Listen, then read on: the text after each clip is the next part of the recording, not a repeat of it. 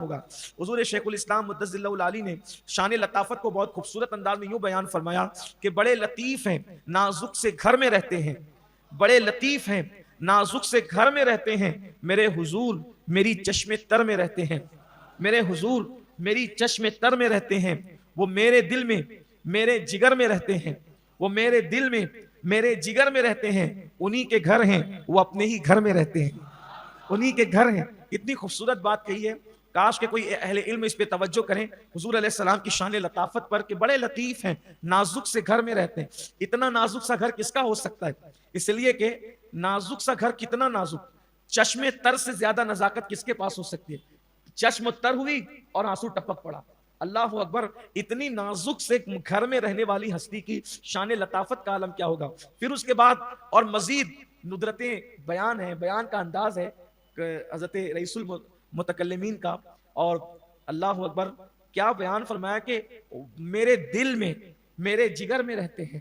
میرے دل میں میرے جگر میں رہتے ہیں، انہی کے گھر ہیں، وہ اپنے ہی گھر میں رہتے ہیں۔ آپ اندازہ فرمائیں، ایک انسان ایک ہی گھر میں رہ سکتا ہے،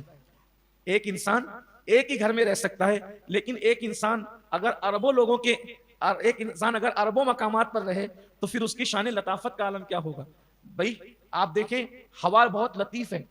ہوا بہت لطیف ہے، اسی لیے ہوا ہر جگہ ہے،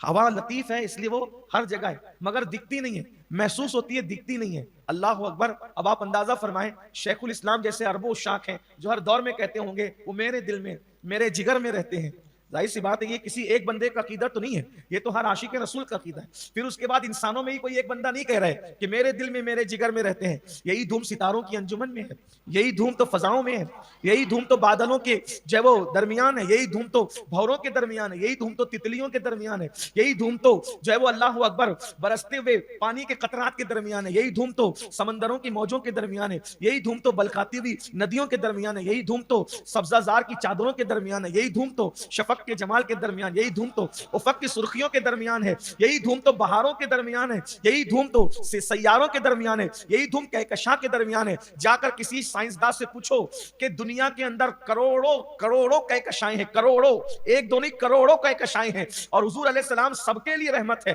اس لیے کہ عالمین میں سب آتے ہیں، اور رحمت اسی کو کہتے ہیں جس کے لیے رحمت ہو وہ اس سے قریب ہو۔ تو حضور علیہ السلام جتنا ہم سے قریب ہیں اتنا ہی دوسری مخلوق سے بھی قریب ہے، اتنا ہی کہکشاؤں سے بھی قریب ہے، اتنا ہی ستاروں سے بھی قریب ہے۔ آج بھی سائنس اس مقام پر نہیں پہنچ سکی کہ کہکشاؤں کی تعداد کا تعین کر سکے، اور یہ زمین تو بہت چھوٹی سی چیز ہے، زمین سے کہیں کہیں 100 گنا بڑے سیارے جو ہے وہ دنیا کے اندر موجود ہے، اور پھر سائنسداں ابھی یہ بات کہہ رہے ہیں کہ دنیا ابھی مکمل نہیں ہوئی ہے، ہر دن دنیا وسیع سے وسیع تر ہوتی جا رہی ہے، بڑھ سے بڑھتی جا رہی ہے۔ لوگ ابھی دنیا کے سمٹنے کی بات کرتے ہیں، لیکن سائنسداں کہہ رہے ہیں کہ دنیا ابھی بڑھ رہی ہے، ابھی یہ سلسلہ بڑھنے کا چل رہا ہے، اور اللہ کے رسول علیہ السلام اس سب کے لیے رحمت ہے۔ اندازہ فرمائے وہ ہے کہاں کہاں،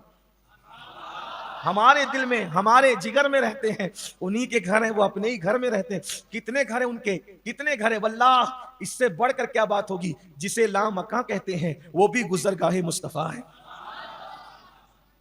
وہ بھی گزرگاہ مصطفیٰ ہے۔ جو لامکاں ہیں وہاں بھی حضور جو ہے وہ قیام فرما رہے ہیں، حضور وہاں بھی تشریف لے جانے، اور امام اس کو کہتے ہیں کہ سر عرش پر ہے،